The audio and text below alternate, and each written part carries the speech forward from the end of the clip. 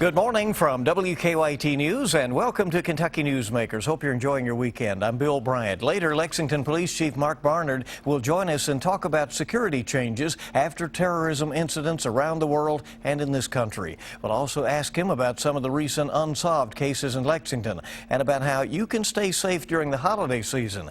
That's a little bit later. But first, a new governor is in charge in Frankfort. Governor Matt Bevins was sworn in Tuesday as thousands came to Frankfort for Inauguration Day. It was a time of celebration and also of the new governor making his priorities clear. We have some highlights from the inauguration and some of Bevins' first speech as governor of the Commonwealth. But there were those who thought, well, maybe you're just saying this and maybe you're just saying that. We talked about auditing the pension plans, and I will tell you, we are going to audit every single pension plan in the Commonwealth of Kentucky.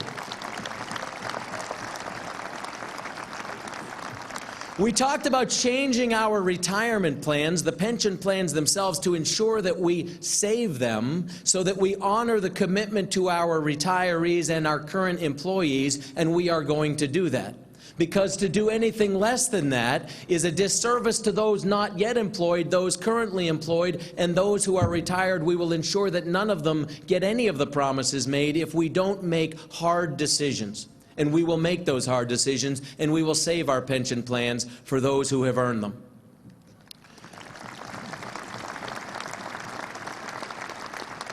We talked about streamlining government. We've already begun, and it will continue. Stay tuned. We are going to do it within each cabinet. I am blessed by the caliber of men and women who have stepped forward. It is unbelievable the depth of talent we have in our cabinet, and I'm grateful. I'm humbled. I've always said I want to be the weakest link in the chain. So far, so good. I can tell you that right now. Starting with my Lieutenant Governor, Janine Hampton. Really and truly, I am the weakest link in the chain, and I'm grateful to be. We've got amazing individuals who are going to work on your behalf. We talked about modernizing and simplifying our tax code. Time will tell exactly the specifics of that, and we'll be rolling out a budget here in just a matter of less than 2 months. But we are going to modernize and simplify our tax code. We are going to get rid of the inventory tax in this state. We are going to get rid of the death tax in this state.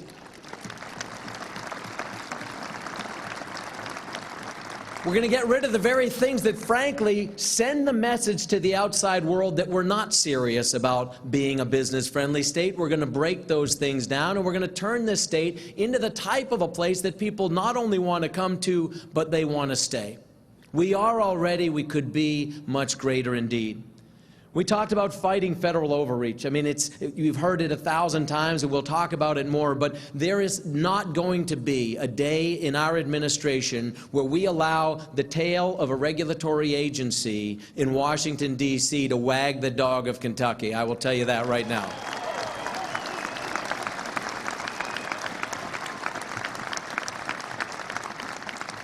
Without giving you a long diatribe, the 10th Amendment is a very specific and powerful amendment. It says those established powers that are not specifically given to the federal government are the responsibility of the states and of the people, and we are going to exercise that sovereignty, exercise that authority, and we are going to stand on our rights, and we're going to do what is correct and best for the people of Kentucky.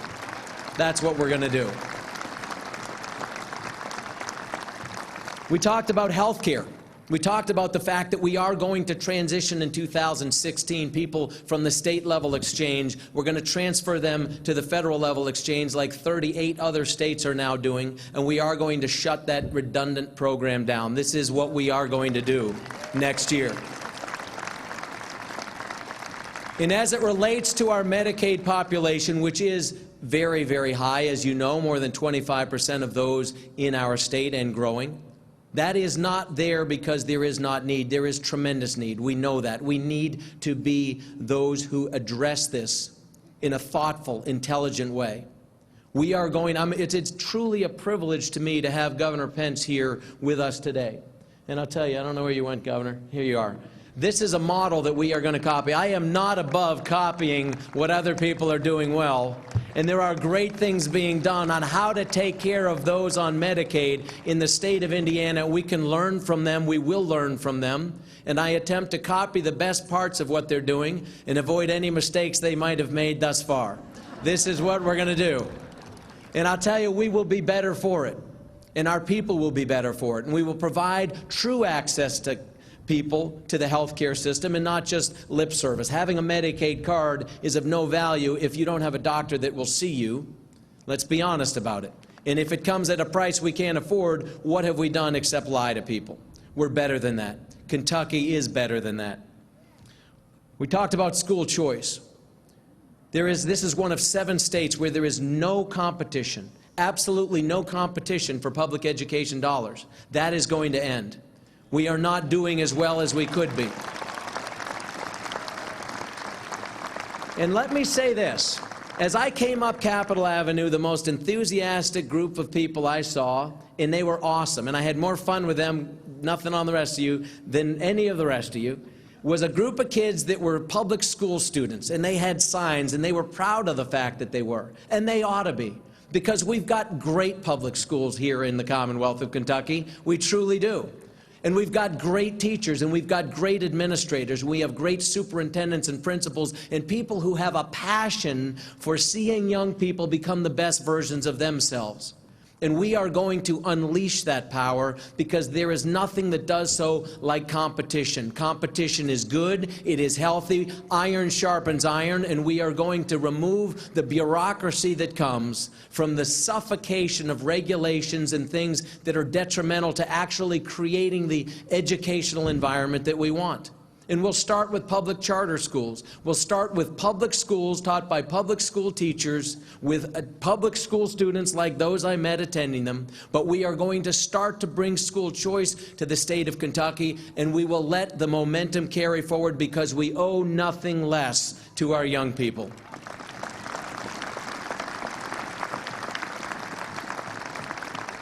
We talked about prioritizing our discretionary funding, and all I'll say briefly is the fact that we cannot become the best version of ourselves if we don't focus on 2 things. We must focus on education, and we must focus on infrastructure. No state can become a better version of itself or better relative to those states around them if they do not focus on education and infrastructure, and with the limited dollars that we have, that's exactly what we're going to do. I will say this. It is also time, while this wasn't in the blueprint, for us to truly change our tenor, the discourse with which we conduct ourselves politically. I said this from the stage at Fancy Farm, and ironically, because I didn't choose to attack people at Fancy Farm as those others who were there felt was their right and prerogative and requirement to do, I was then attacked, interestingly, for not attacking. Let me tell you, Kentucky is better than that, too. Kentucky is better than that. Let us treat one another with respect. Let us treat one another with the kind of cordiality that we would want to be treated, just as we said a moment ago. Kentucky is better than that. Let's change the discourse. Let us treat one another in a way that rises above partisanship, because Kentucky is better than that. Some of the inaugural address from Governor Matt Bevin. And we'll be back on WKYT's Kentucky Newsmakers, visiting with Lexington Police Chief Mark Barnard on keeping you and your family safe. Back in just a moment. Welcome back to WKYT's Kentucky Newsmakers. Lexington Police Chief Mark Barnard is with us today to talk about safety and security issues. The world watched in horror the terror attacks in Paris and then the terror-linked mass shootings in California. We'll talk with the chief about efforts to keep people safe here in the heartland. And Lexington police are also watchful this time of year with more shoppers out and about. It seems to be a spike in crime happens around the holidays. We'll ask the chief how you can protect yourself and help keep others others safe. And 31 new recruits graduated from the Police Training Academy this week and are hitting the streets, and we'll talk to him about that as well. And Chief, thanks as always for coming in. We appreciate it. Glad to do it. Thank you. First, let's talk about all we're seeing in the world, the concerns about Homeland Security. How can people here be assured that law enforcement is doing what it can to keep Americans and Kentuckians safe? Well, it's a tremendous responsibility that's spread out across the United States, and we have great cooperation between federal, state, and local authorities. We're part of a joint terrorism task force here in Kentucky. We meet with the FBI quarterly. We discuss issues that are going across seas and abroad, and issues that are occurring in the United States with acts of terrorism. So the best thing for us to do is keep our training active and understand what our responsibilities are, making people aware of situations and looking at credible threats. And we do that through communicating with the people that we have throughout the state. Do you find that people are generally cooperative with the efforts, that they understand the need to be more vigilant? I think they do. I think the world is so different than, when 20 years ago for what we were seeing. We're seeing tremendous shifts, whether it's internal terrorism, domestic terrorism, or external. I think what we're seeing with ISIL right now, and if you look at the issues that are occurring with radicalization through social media, that they're reaching people that they haven't reached before, and that's the world we live in with social media. So we have to have our responses ready, and we have to have the intelligence, and I think those are the key things, are tracking and being aware and being able to react to them. We've seen locally extra efforts, for instance, at Rupp Arena. Do you find the public to be generally cooperative with that, even though it is taking longer to get into a venue like that? I think people want to be safe, and I think they have an expectation of taking extra efforts to make and ensure their safety, and this is a matter of time, and people will give up 2 or 3, 5 minutes of time just to be safe. So I think it's a great precaution to have. I think it says we're vigilant about what we're doing and looking at. We combine all of our techniques or safety treatment operations that we have based on intelligence and looking at things. It's important that we're proactive instead of reactive. Do things change every time there's one of these incidents in terms of how you might respond? They really do, and it's consistent. It'll change again, evolving, because before we looked at active shooting scenarios, and Columbine changed all that in '99. So when Columbine occurred, most of the time we held a perimeter. We would send in the emergency response unit, and they would be the officers that entered a building. Post Columbine, what happens is an active shooter response, and we train that way, is we get teams that would go in and actively go in and eliminate the threat. Even now, that's changing. We're going to an active shooting course that's coming up here soon by the federal government that's going to change some of the training standards that we have.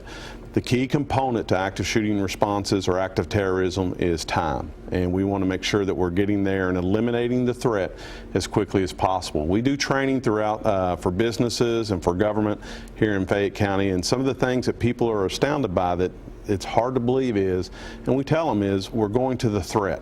And those officers that are entering the building, you have to understand there's going to be people that are injured. There's going to be people that are upset. We walk right past them until we go directly to the threat and eliminate the threat. After you hold those trainings, do people seem to better understand that? They do. It's a little bit of shock of what they're going through, because they still think that we're going to stop and pull wounded to the side or make sure they're being taken care of. What we've learned in the training is if we don't eliminate the threat, more people can be wounded. So we go right to it, eliminate it. And I think it's awareness that they get and understand what the police are doing. And once again, it's a communication aspect. Whose responsibility and what they're responsible for. Right after 9/11, the slogan, "See something, say something," was developed. Does that still apply? It really does. We would say contact us on things that you think are very important, that you're looking at, that are very suspicious, whether it's in the workplace, whether it's out in the general public, whether it's in government facilities. It's better to say something, let us investigate it, than say, well, I thought it might be suspicious, but I didn't know. We tell our commanders all the time, if you need the emergency response unit, that's our SWAT team. If you think you need them, then you need them. If there's even a doubt you need them, then you actually need them to show up. How much additional burden is this on your officers who are out there doing the jobs that they, went to school and trained to do, which was basically to control the local crime, and now there may be these other issues? It is a tremendous responsibility, and it's changing and evolving quickly, and with the training and the policies, procedures, and constant training that we do right now. So you're looking more at a global response to everything that we're doing. 20 years ago, we really didn't have external terrorism threats coming to our country. After 9/11, we saw that. We've evolved from 9/11, from these long thought-out plans to these very active radicalization over the internet or social media that we're having to respond to. The intel is much better now than it was then, but they have to do local, state, and federal style of training now. You have 31 new recruits who have just graduated this week. I know you were very proud when you were there to see them receive their badges and get ready to go out there. Do they, at this point, have more training ahead, or are they ready for the street? No. They'll spend the next 4 months with field training officers going out and applying everything they learned in the academy with a field training officer on the street. I have to tell you, Bill, it's so exciting to have 31 new officers come out, and it's so difficult in policing throughout the country right now, and to see a group of young people that are really excited to make a difference right now. We have 50 more in the academy, so that's almost 81 people that we'll have in our training academy that are coming out, and we're hiring another class this spring. So we are really dedicated to bringing more officers in.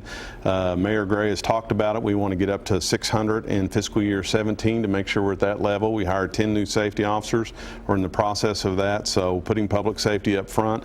And as you can see right now, there's so many dynamics involved with it and everything that you have to be prepared for. It's so intricate right now. You started nearly 30 years ago at the police department. When you look at these officers now and you look at them in the face, what do you think about? Well, they're so much better than we are. Let me just say that. Technology is, they are so much better trained. They're so much better than we are. They look at things and they really are more community-oriented officers, and I mean that. In the academy, what they're getting right now, not only do they get the training for how they do their job, but how to be good community partners and going out and doing things. Yesterday in the speech, one of the greatest things they said they did in all the academy, it wasn't the driving, wasn't the shooting, wasn't all the drill that they did, it was the Jesus prom that they did at Southland Christian Church and how they responded to that and be part of that. And that's what we're looking for officers right now. So they are so much better, and I can say that because I've been here for 30 years, but they have more training, they're more technologically advanced than we are, and they're more immersed in the community than we ever were. When we came on in the 80s, it wasn't that you had to be part of the community.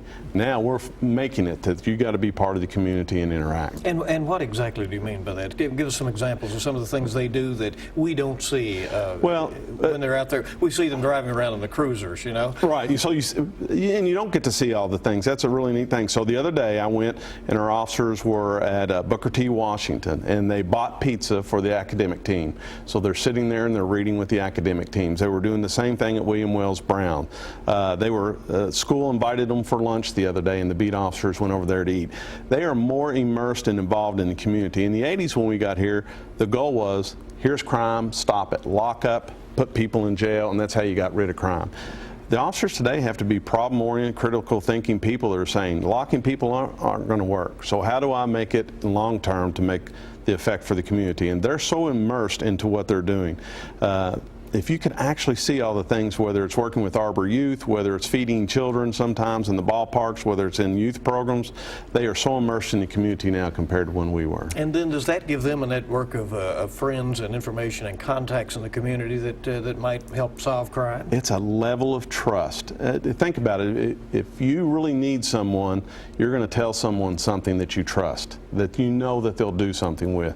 All the surveys that come out, they talk about crime is, if I trust the law enforcement community, if I trust the law enforcement officers, I'm more apt to tell them because I know something will happen, and they'll be honest with me. And if you have that level of trust with them, whether it's a parent or the child, then you're more apt to tell them and give them information. So in these communities where you see that is not the case, they have a problem?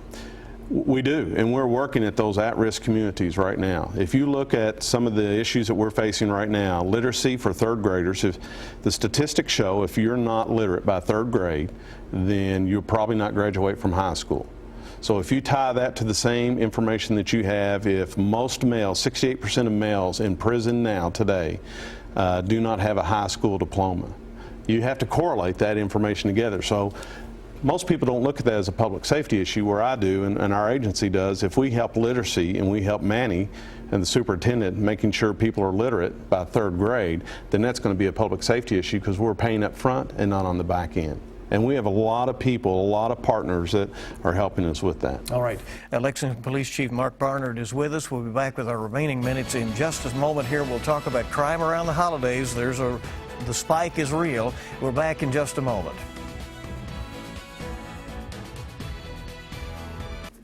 Welcome back to WKYT's Kentucky Newsmakers. We're visiting with Lexington's Police Chief Mark Barnard and learning a lot about what is going on right now in our world and here in Lexington as well. Chief, as you look back on 2015, there are some unsolved cases and crimes, many others, though, that have been cleared by arrest, and you're proud of this violent crime task force that is underway. We really are. It is something that all law enforcement are coming together, public safety. We met just a couple of weeks ago. We talked about some of the violence that's occurring in Lexington. We're not painting a broad brush throughout Lexington. We're focusing on individuals that we know have a violent past, that are suspects in violent cases, and that are in the court system right now. We met with the U.S. Attorney's Office, Ray Larson, the Commonwealth, and Larry Roberts, the County Attorney, Kathy Witt with the Sheriff's Department, ATF, U.S. Marshals, Probation and Parole. And what we said is we have to protect our community. And so we want to throw every resource at identifying people that are acting in violent capacity in our community and making sure whatever we can bring to the table, we're bringing. I think we have 59 cases that we are bringing to that Violent Crimes Task Force to look at and evaluate on how we move forward with prosecuting them. So it is something we brought together. We brought community partners together. We have seen violence spike in Lexington. It's not across the board, but it's held within, if we can identify 25 to 30 individuals that are involved in it.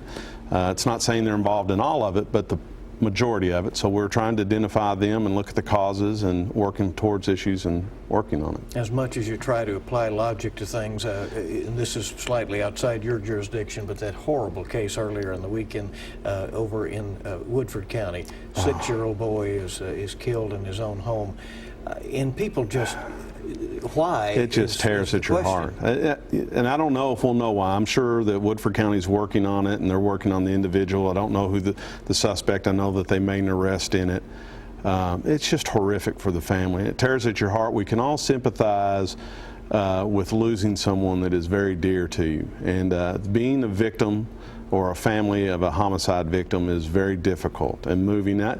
And I'll be honest with you, going through that court case is going to be difficult for the family. So I hope the community, and I'm sure we will support them. Nothing ever replaces the loss of a loved one. You hear with the closure of the case and everything else, but nothing ever fills that void for you. Even with your best efforts, you often continue to feel sorry for victims. Yeah, victims of crime are in the court system, and our criminal justice system is often geared more towards the rights of the defendant versus the victims. And it is, and people don't understand it till they're a victim of the crime, because not everybody has been, and they haven't had to go through that system. But if you've had to go through a trial that's lasted 2 or 3 years in working through that, and I think of the DeGiros and other families that we sat with for a long extended time, it's just very difficult to work through that system. A couple of off-duty police officers were denied entry to the Palace in Louisville, or asked to leave, and it's an entertainment venue there. Should officers be allowed to carry their guns in places where they're otherwise prohibited? You know, there's a law that says that they are allowed to carry, and so that's a state law. And then there are prohibitions in certain facilities, whether it's on federal property or mental health hospitals that we look at. That's dependent upon each agency. Our officers are not required to carry their weapons off duty. I would say the majority of them do. I encourage it, and I'll tell you why, is because our world has changed so much. And I know I carry my weapon off duty, and if I'm out and involved and something's happening, we train for that. And to have a sworn officer that has the training and expertise and ability to handle and intercede in some violent act is important to me. I don't know much about that case. People have asked me about it, but I can't believe that if you're in a public area and you have sworn officers that are trained, you wouldn't want them to be there. With the holidays, we hear more residential burglaries, theft from cars, all of that. What are some things residents and shoppers can do to minimize their chances of being targeted? You know, we do a tremendous amount of public information to get it out. Fayette Mall and Hamburg and some of our large shopping areas pass out pamphlets. It's the same thing that we see. Often people aren't locking their vehicles. We know a lot of the larceny from autos occurring in Fayette County kids are walking around or groups are walking around at night, they're not breaking windows out, they're just lifting door handles for unlocked doors. That's occurring in some of the malls that we have right now. If you have packages and GPS, my wife leaves our GPS sitting in the car sometimes, take it out, put it under the seat, put it out of plain view, make sure your vehicle's locked. It has been, Commander Kurt Singer talked about Fayette Mall in our ComStat just the other day. We have officers deployed in there. We have uniformed officers, we have undercover officers, and the crime is actually down at Fayette Mall this year with people breaking into vehicles. So we're glad about that, and I think maybe some of the information we're getting out to people shopping is helping. 2016 right around the corner. Some new things we'll see at the police department in the new year? Well, we hope we have more officers coming in. We hope we have safety officers coming in, and it's so switching so quick. I'm sure we'll be back here in the 1 year looking back on it in January 12th with you, but things are moving in a positive direction. I have seen tremendous community support about the violent crime issues that are going on with us. We're working on the heroin addiction issues. The mayor, we just met with him, and one thing I noticed in 2015, everybody's working on things, but we have silos throughout the government. His initiative is to take things, put it under one umbrella, because heroin really affects crime. And schools, and we talked about literacy, affects crime. And so all these things affect public safety. He wants to put it all under one umbrella and have a tremendous approach at all of it. So that'll be our initiative for 16. Chief, thank you for coming. We appreciate it very much. And thank you for having me, Bill. Merry Christmas to you. I appreciate it. Thank you. Thank you for joining us for this edition of WKYT's Kentucky Newsmakers. Hope you'll join us this week for the latest news early on WKYT This Morning, and we hope you make it a good week ahead.